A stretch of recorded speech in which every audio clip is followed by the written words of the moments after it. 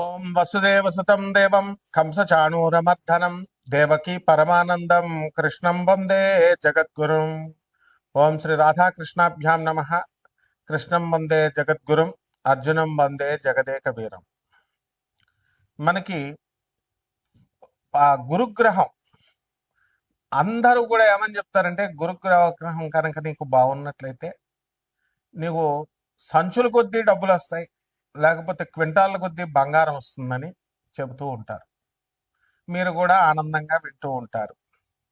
కానీ గురుగ్రహము ఏ విధమైనటువంటి సంపదలని కూడా మీరు కోరుకున్న రేంజ్లో ఇవ్వదు. మీ నాన్న మీకు ఆస్తి ఇస్తాడు, ఎప్పుడు ఆయన చచ్చిపోయేటప్పుడు ఇస్తాడు. ఆయన బ్రతికుండగా చిన్నప్పుడు నీకు ఒక 100 రూపాయలు, మహా అయితే ఒక 500 డైలీ ఖర్చులకు ఇస్తాడు. ఆ విధంగా గురుగ్రహం ఏం చేస్తుందంటే ముందు నీకు బుద్ధి బలాన్ని ఇస్తుంది.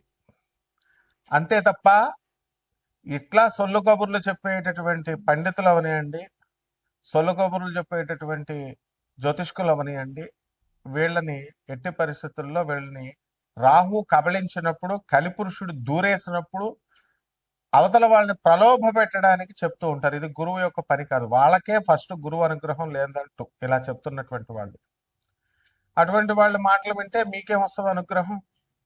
కాబట్టి మన దేవతల గురువు అయినటువంటి బృహస్పతి ఎప్పుడూ కూడా మీకు చక్కటి ఆలోచన విధానాన్ని, నిజాయితీని, ఆ తర్వాత చక్కగా మీరు రుజుమార్గంలో వెళ్ళేటటువంటి విధానాన్ని ఇస్తారు. ఇప్పుడు మంగిలికి డబ్బులు ఇచ్చారంటూ మంగిలిని బ్యాడ్ పాపులర్ చేశారు. ఆమె తీసుకుందో లేదో తర్వాత సంగతి, ఆమె ప్రమేయం ఉందో లేదో తర్వాత సంగతి.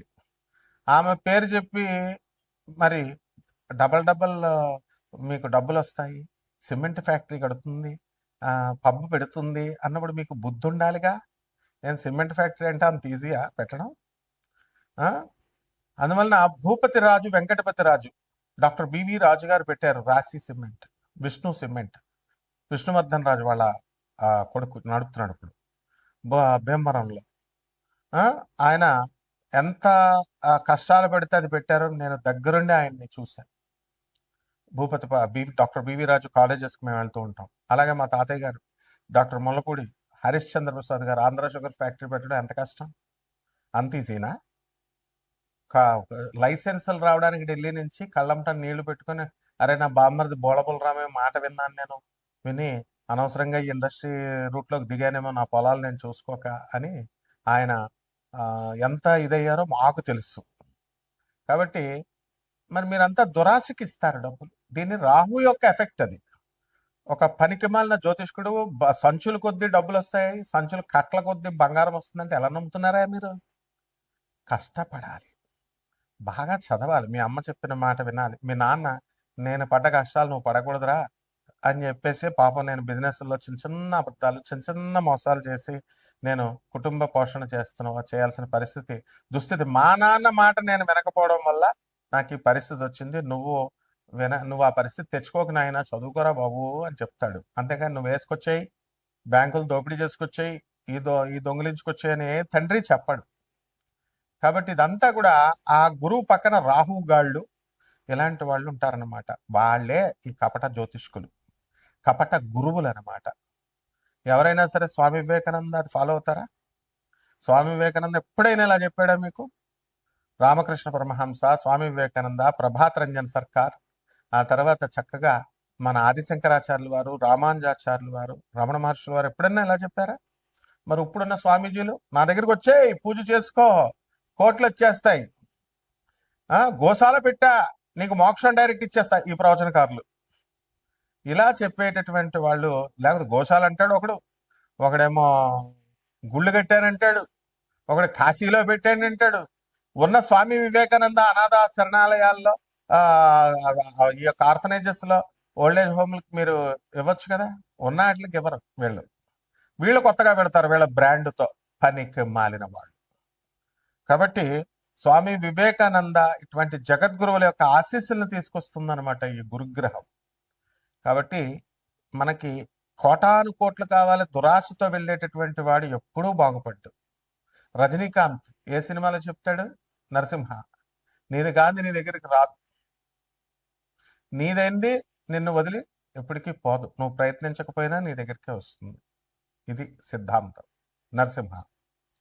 కాబట్టి చక్కగా ఆ గురుగ్రహం మనకి 19వ తారీఖు ఏప్రిల్ నెలలో స్వక్షేత్రగతుడు అవుతున్నాడు శుక్రగ్రహం. అలాగే మనకి ఈ యొక్క గురుడు కర్కాటక రాశిలోకి 2 జూన్ తర్వాత రాబోతున్నాడు. 31 అక్టోబర్ 2026 వరకు కూడా మనకి ఈ యొక్క కర్కాటక రాశిలో ఉండడం జరుగుతుంది. ఆ తర్వాత సింహరాశిలోకి ప్రవేశం చేస్తాడు 31వ తేదీ అక్టోబర్ నెల 2026 సంవత్సరం నుంచి. అలాగే ఈ యొక్క బుధగ్రహాన్ని మనం చూసుకున్నప్పుడు మనకి బుధగ్రహము 30 ఏప్రిల్ 2026 సంవత్సరం తర్వాత ఈ యొక్క బుధుడు మేషరాశి ప్రవేశం చేస్తాడు. అలాగే ఈ యొక్క కుజగ్రహాన్ని కనుక మనం చూసుకున్నప్పుడు మనకి కుజుడు చక్కగా మే 11వ తేదీ 5వ నెలలో మనకి కుజుడు మేషరాశిలోకి ప్రవేశిస్తాడు. అంతవరకు మీనరాశిలో 2 ఏప్రిల్ నుంచి ఉన్నాడు 2026 సంవత్సరంలో. ఈ విధమైనటువంటి గ్రహ మార్పుల వలన, ముఖ్యంగా ఈ యొక్క గురుడు శుక్ర గ్రహాల మార్పుల వలన, అలాగే ఈ కుజ బుధ గ్రహాల మార్పుల వలన, ముఖ్యంగా ఈ గురుగ్రహ సంచారం వలన మన 12 రాశుల వారికి కూడా ఏ ఏ రిజల్ట్స్ని ఇస్తుంది ఒక్కొక్క రాశి వారిగా మనం చెప్పుకుందాం. ఇవన్నీ కూడా గోచార రీత్యా మనం చెప్పేటటువంటి ఫలితాలు కోటాను కోట్ల మందికి. మరి విడివిడిగా మీరు తెలుసుకోవాలనుకుంటే మీ వ్యక్తిగత జాతకాలు చూసినప్పుడు మాత్రమే తెలుస్తుంది. కాబట్టి ఎవరైతే సీరియస్గా ఉన్నటువంటి వాళ్ళు, సీరియస్గా డెవలప్ అవ్వాలనుకునేటటువంటి వాళ్ళు, అంతేగాని గ్రీడీగా కాదు. మంగ్లీ దగ్గరికి వెళ్ళి 5 లక్షలు వేసాం 10 లక్షలు అయిపోతాయి, 5 కోట్లు పెట్టాం, కోటి రూపాయలు పెట్టాం, తర్వాత బ్లేమ్ చేసుకుంటే ఒక్క రూపాయి కూడా రాదు వాళ్ళందరికి కూడా. నేను చెప్తున్నాను ఆ నవగ్రహాల సంచారం తెలిసిన వ్యక్తిగా. ఇప్పుడు కేసులు పెట్టారు, ఇవన్నీ చేసుకుంటున్నారు కదా, వాళ్ళు చూడండి ఆ కేసులో ఒక్క బాధితుడికి కూడా ఒక్క రూపాయి కూడా రాదు. విజయ్ మాల్వియా కొన్ని వేల కోట్లు ఎత్తుకుపోయాడు, వచ్చినాయా? సుబ్రహ్మరెడ్డి గారు వే ఆఫ్ జరిగింది, కొన్ని కోట్ల అప్పు అయిపోతే చక్కగా తీసి అవతల పడేశారు. ప్రభుత్వ విధానాలు అలా ఉంటాయి, బ్యాంకు విధానాలు. అదే పేదవాడికి చేస్తే ఇండ్ల మీదకి వస్తారు, పడతారు. సో లీగల్ సెల్స్ ఉంటాయి. 200 దేశాల్లో ఆశ్రమాలు ఉన్నటువంటి ఆనంద మార్గ ఆశ్రమానికి ఇంటర్నేషనల్ కోఆర్డినేటర్ నేను. సిబిఐ కొల్యూడ్ అయ్యి కొంతమంది కపట ఆర్జీ శ్రీవాత్సవ ఐజీ కొల్యూడ్ అయ్యి కరప్ట్ అయ్యి ఆనాటి ఇందిరాగాంధీ 19 ఎమర్జెన్సీ సమయంలో మా గురువు గారిని సిబిఐ అరెస్ట్ చేసినప్పుడు అతను పాయిజన్ ఇచ్చారు, మామూలు మనిషి అనుకొని విషం తాగాడు, విషం ఇచ్చారు. బ్రతికిన తర్వాత బెత్తరపోయారు. బెత్తరపోయిన తర్వాత ఆయన సాక్షాత్తు శివసంభూతుడని తెలుసుకొని అదే ఐజీ శ్రీవాత్సవ ఆయన పాదాల మీద పడి క్షమాపణ అడిగి ఈ రోజున మాకు ఆనంద్ నగర్ జార్ఖండ్ లో Singhbhum first landscape on the earth అని అక్కడ ఆయన సన్యాస దీక్ష తీసుకున్నాడు మా గురుగారి దగ్గర. ఇప్పుడు కూడా సర్వ్ చేసుకుంటున్నాడు. సో సింగభూమి జార్ఖండే first landscape on the earth అని zoological survey of India zoological evidences ఉండగా, అలాగే ఎన్జిఆర్ఐ ఇవన్నీ కూడా సెంట్రల్ గవర్నమెంట్ ఎవిడెన్సెస్ ఉండగా బుద్ధి లేదా ప్రవచనకారులకి? బుద్ధి లేదా మీకు అందరికీ? చెప్పేటటువంటి వాళ్ళు యూట్యూబ్కి మైథలాజికల్ స్టోరీ లాగా చెప్తారు. ఏది ఈ యొక్క ఏమిటది కల్కి పుడతాడు, ఏమిట ఆ ప్లేస్ ఏమిటి? కల్కి పుడతాడు శంబాలా నగరం. రిపీట్, కల్కి పుడతాడు, అది శంబాలా నగరం అని ఒక మైథలాజికల్ స్టోరీ లాగా. అదేదో ఎక్కడో ఉంటది, అది హిమాలయ పర్వతాల తర్వాత ఎక్కడో ఉంటది, మానవులు వెళ్ళలేరు. ఏంటి సొల్లు కబుర్లు చెప్పాను నేను. First landscape on the earth Singhbhum, refer చేసుకోండి గూగుల్. జార్ఖండ్ ఇండియా, అది భూభాగం అని చెప్పి జియోలాజికల్ ఎవిడెన్సెస్ చెప్తుంటే మళ్ళీ మీరు ఇది చేస్తున్నారు. ఏం do you want me to file the cases against all such YouTubers? ఎందుకు చరిత్రను మారుస్తున్నారు మీరు? అలాగే రాముడు అయోధ్యలోనే పుట్టాడు. మైథలాజికల్ స్టోరీ రామాయణం కావ్యం అని చెప్పడానికి మీకు ఎవరిచ్చారు అధికారం? మరి పని పట్టలేక అయోధ్యలో రామాలయం కట్టారు, పని పట్టలేక భక్తులందరూ రాముల వారి దగ్గరికి వెళ్తున్నారు. అలాగే మధురాలో కృష్ణుడు పుట్టాడు, దట్స్ ఆల్. మళ్ళీ కృష్ణుడు మైథలాజికల్ స్టోరీ భాగవతం అబద్ధం, భగవద్గీత అబద్ధం అంటూ కొంతమంది యూట్యూబర్లు రా మీరంతా. యూట్యూబర్లు మీరు ఉపాసకులు అవుతారా? మీరు భక్తులు అవుతారా? స్వామి వివేకానంద శిష్యులా మీరు? గురు పరంపర నుంచి వచ్చినటువంటి వాడిని నేను చెప్తున్నాను. రాముడు గురువు. రాముడు అయోధ్యలోనే పుట్టాడు, అదే సాకేతం. మధురలో కృష్ణుడు పుట్టాడు, అదే గోలోకం. రామాయణం అనేటటువంటిది కల్పితం కాదు, భాగవతం అనేటటువంటిది కల్పితం కాదు, కురుక్షేత్రం అనేటటువంటిది కల్పితం కాదు. యక్షిణీల గురించి మీకేం తెలుసురా? యక్షిణీల గురించి చెప్తున్నారు ఒక ఆర్గనైజ్డ్ గా, ఒక గౌరవప్రదంగా. నేను చెప్పుకొస్తే వేరే ఛానల్ వాళ్ళు వేరే గొట్టంగాల్ని చిన్న చిన్న వాళ్ళని పెట్టి యక్షిణీలు గురించి మీకు తెలిసినట్టు చెప్తున్నారు. మీరు ఉపాసన చేయలేదంటూనే మీకేం తెలుసు అసలు? ఎందుకు? How do you degrade the Hindu goddesses? So ఇవన్నీ కూడా మీరు చెప్పడం వల్ల, దురాశాపరులైనటువంటి ఈ జనం చూడడం వల్ల ఏమవుతుందంటే ఈ యొక్క మీకు రిజల్ట్స్ రావు. గురుగ్రహం చేసేది అదే నిజమైనటువంటి జ్ఞానాన్ని చెప్పడం. గురు పరంపర అంటే ఆజ్ఞాపించాలా గురువు, ఆదేశ్ గురు దత్తాత్రేయుడు ఆదేశిస్తాడు. It is an order. Adi శంకరాచార్యుల ఆది గురువు ఏమంటాడు? నా గురోరధికం, నా గురోరధికం, నా గురోరధికం ఇది శివ శాసనత. శివుడు శాసించాడు. ఇదేమన్నా రాజకీయ నాయకుళ్ళు సీఎంలు పిఎంలు అనుకుంటున్నారు చెప్పడానికి? దిస్ ఇస్ ఆర్డర్, గురువు ఆర్డర్. కాబట్టి ఇక నుంచి ఎటువంటి మైథలాజికల్ స్టోరీస్ లాగా ఎవరు కూడా చెప్పకూడదు. అలా కనుక చెప్పినట్లయితే తప్పకుండా లీగల్ ప్రొసీడింగ్స్ కి వెళ్తాం. ఇదే గురుగ్రహం చేసేటటువంటి. అంతేగాని బస్తాలు బస్తాలు డబ్బులు మీకు ఇచ్చేది, బస్తాలు బస్తాలు మీకు డబ్బుల్ని ఇవ్వదు. జ్ఞానాన్ని ఇస్తుంది, మంచి గురువుల్ని ఇస్తుంది, మంచి స్నేహితుల్ని ఇస్తుంది, నిజాయితీ పరులుగా ఉన్నటువంటి వాళ్ళని చేత మీకు కల్పించి యథార్థ భక్తిని, నిజ భక్తిని మీకు కల్పిస్తుంది. ఇక 12 రాశుల వారికి ఒక్కొక్క రాశి వారిగా మీకు ఏమేం ఫలితాలు ఇస్తుందో ఈ వీడియోలో చూద్దాం. మేషరాశి. మేషరాశి వారికి అందరికీ కూడా మనకి ఏలినాటి శని జరుగుతుందని మనందరికీ తెలుసు. ఏలినాటి శనిలో అపనిందులో అనవసరమైనటువంటి గొడవలు ఇవన్నీ కూడా జరుగుతూ ఉంటాయి. అలాగే ఈ యొక్క గురుగ్రహము మనకి మిథున రాశిలో ఉన్న కారణంగా అధికమైనటువంటి ఖర్చులు, అనవసరమైనటువంటి వ్యక్తులకి అనవసరమైనటువంటి విషయాల మీద ఖర్చు పెట్టడం జరుగుతుంది. కాబట్టి ఆదాయం మెయిన్ గా మీరు చూసుకుంటారు. కాబట్టి ఆదాయం ఎక్కువగా వస్తుందా అనేటటువంటి ప్రశ్న ఆ మేషరాశి వారికి ఉంటుంది.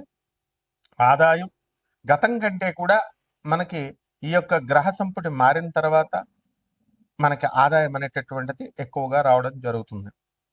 ఏప్రిల్ 14, 2026 సంవత్సరం తర్వాత మనకి వచ్చినటువంటి ఈ యొక్క మేషరాశిలోకి ఉచ్చస్థితిలోకి ఈ యొక్క రవిగ్రహం రావడం జరిగింది. ఆ కారణంగా ప్రభుత్వాల నుంచి అన్నిటికీ కూడా లాభాలు, ప్రభుత్వం నుంచి ఇతోధికమైనటువంటి లాభాలు రావడానికి అవకాశం ఉంది. కాబట్టి ఈ రాశి వారికి అందరికీ కూడా, మేషరాశి వారు వివాహాల విషయంలో పెళ్లి సంబంధాలకి వెళ్తారు, కుదుర్చుకుంటారు, కానీ వివాహాలు కావు. మరి మన సుధాకర్ అన్నట్టుగా ప్రతి వ్యక్తికి కూడా 3 సార్లు మనకి వివాహ అవకాశాలు వస్తాయి. ఒకటి సప్తమాధిపతి ఇస్తాడు ఛాన్స్. సప్తమాధితో కలిసినటువంటి గ్రహాలు ఇలా చెప్పుకుంటూ వచ్చో గురుగ్రహమో, లేకపోతే ఆయన కూడా ఫెయిల్ అయితే కనుక ఏ చంద్రగ్రహమో చేస్తుందని. అవి వాస్తవాలు.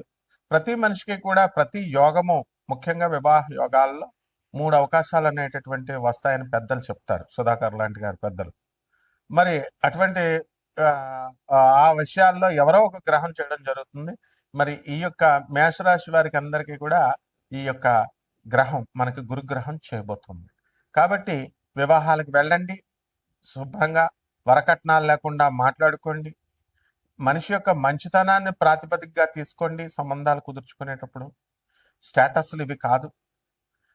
తర్వాత రైతుల దగ్గరికి వచ్చేసరికి పంటలు బ్రహ్మాండంగా పండిస్తారు, లాభాలన్నీ కూడా మంచిగా రావడం అనేటటువంటివి జరుగుతాయి.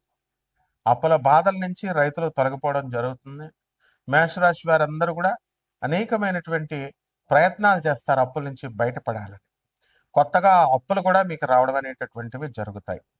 ఇక పరిహారాల దగ్గరికి వచ్చేసరికి ఈ యొక్క మేషరాశి వారికి బుధ జపం చేసుకోండి, బుధ స్తోత్రాలు చదవండి, బుధుడికి 1.5 కిలో పెసల్ని, ఆకుపచ్చ రంగు ఉన్నటువంటి వస్త్రాలనిచ్చి పేద బ్రాహ్మణులకు బుధవారం నాడు ఉదయం మరి తెల్లవారుజామున 5 గంటలకి దానం చేసుకోండి. అలాగే రావి చెట్టు చుట్టూ నీళ్లు పోస్తూ రావి చెట్టు చుట్టూ ప్రదక్షిణాలు చేసుకుంటూ బుధాయ నమః అంటూ చేసుకోండి. బ్రహ్మాండంగా ఉంటుంది. శుభమస్తు.